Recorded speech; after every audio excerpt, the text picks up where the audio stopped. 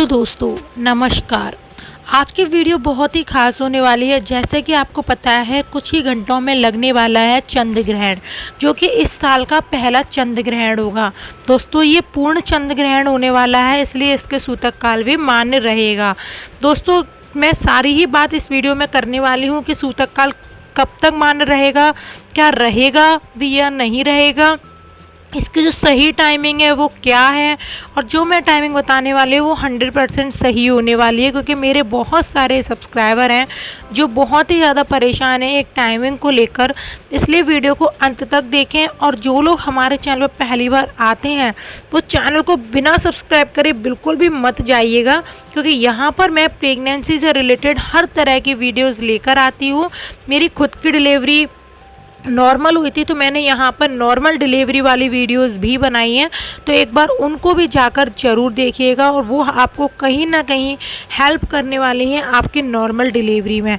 तो चलिए दोस्तों बिना देरी के हम वीडियो को शुरू करते हैं। सबसे पहले हम ये जानेंगे कि ग्रहण होता क्या है। जब दोस्तों सूरज पृथ्वी और चंद्रमा के बीच में आ जाता है तो उसको हमारे यहाँ चंद्र ग्रहण बोला जाता है। दोस्तों ये जो ग्रहण होता है हमारा बहुत ही प्रभावशाली माना जाता है, क्योंकि हिंदू शास्त्र के अनुसार भी इनके अलग अलग नियम होते हैं, अलग अलग मान्यताएं होती हैं। हिंदू शास्त्र के अनुसार जब चंद्र ग्रहण राहु चंद्रमा यानी राहु जो हमारे असुर थे, जो राहु थे, वो चंद्रमा को निगल लेते हैं, उसको क्या बोला जाता है, चंद्र ग्रहण बोला जाता है। दोस्तों चंद्र ग्रहण उस टाइम हमारे कष्ट में होते हैं, जिसकी वजह से हमारे यहाँ कोई भी पवित्र काम नहीं किया जाता है। दोस्तों इस समय हमारे यहाँ धार्मिक और शुभ कार्य बिल्कुल भी करना वर्जित होते हैं। और दोस्तों गर्भवती महिला को विशेष रूप से यहाँ पर सावधानियाँ रखने की ज़रूरत होती है। जैसे कि आपको घर में कोई भी चाकू छुरी का इस्तेमाल नहीं करना है ग्रहण के समय में, आपको सब्जी कट नहीं करनी है, सुई नहीं चलानी है, घर में झाड़ू पोछा बर्तन कपड़े ये सभी काम करना वर्जित माने जाते हैं। यहाँ तो ये ग्रहण से पहले आप कर लीजिए या फिर ग्रहण के बाद में आप करिए, लेकिन ग्रहण के समय आपको ये सारे काम नहीं करने होते हैं। आइए दोस्तों जान लेते हैं कि ग्रहण की सही टाइमिंग क्या है। दोस्तों जैसे कि पता है कि कुछ ही घंटे में लगने वाला है, तो इसकी जो टाइमिंग है वो 8:59 से लेकर 10:23 तक रहेगी। जी हाँ, इसकी जो टाइमिंग है ये बिल्कुल सही है, और ये हमारे भारत में भी देखा जाएगा। इसका प्रभाव है वो हमारे भारत में भी रहेगा। दोस्तों चाहे ये किसी भी देश में दिखाई दे, कहीं पर भी दिखाई दे, लेकिन दोस्तों इसका प्रभाव हमारे पूरे भारत पर बना रहेगा।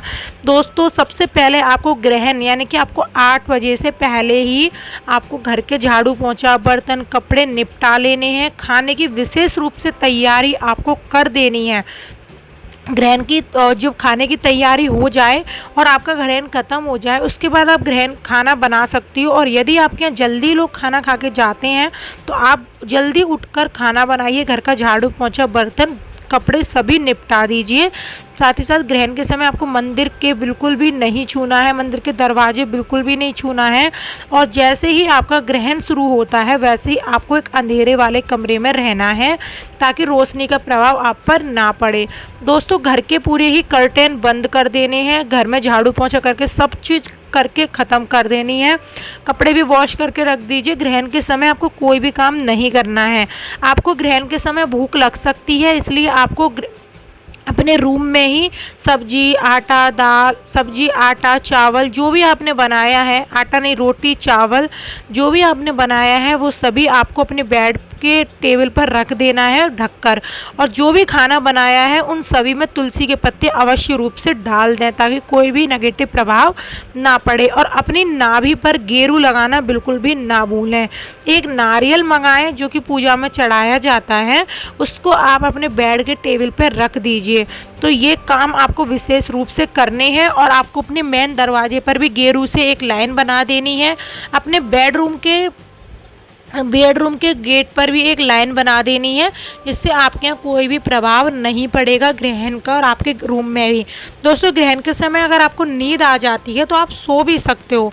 आपको लेफ्ट साइड करवट लेके सोना है, और आपको सर से लेके नीचे तक, पैर तक, आपको क्या करना है, आपको सर से लेके पैर तक एक धागा कट कर लेना है, उसको बेडरूम में टांग दीजिए, यानी कि गेट के पीछे टांग दीजिए, जैसे कि आप पर किसी भी तरह का भी आप पर प्रभाव नहीं पड़ेगा, आपकी जगह उस पर पड़ेगा। बाकी दोस्तों, आपको एक चीज़ और करनी है, वो करनी है जैसे कि आपको भजन कीर्तन करने का मन है, या क्योंकि बोलते हैं कि ग्रहण के समय भगवान बहुत कष्ट में होते हैं, तो हमें भजन कीर्तन करना चाहिए। तो आप मोबाइल में गाना या भजन या फिर कुछ ऐसी पॉजिटिव वाली चीज़ें लगा सकते हो, कथा हुई, चालीसा हुआ, जिससे आपका घर का जो एनवायरनमेंट है वो भी पॉजिटिव रहेगा, और आप पर किसी भी तरह की नेगेटिव एनर्जी प्रभाव नहीं डालेगी। बाकी दोस्तों, आपको मोबाइल, टीवी ऐसी चीज़ें में फालतू चीज़ें नहीं देखनी है, भजन कीर्तन की ही देखनी है।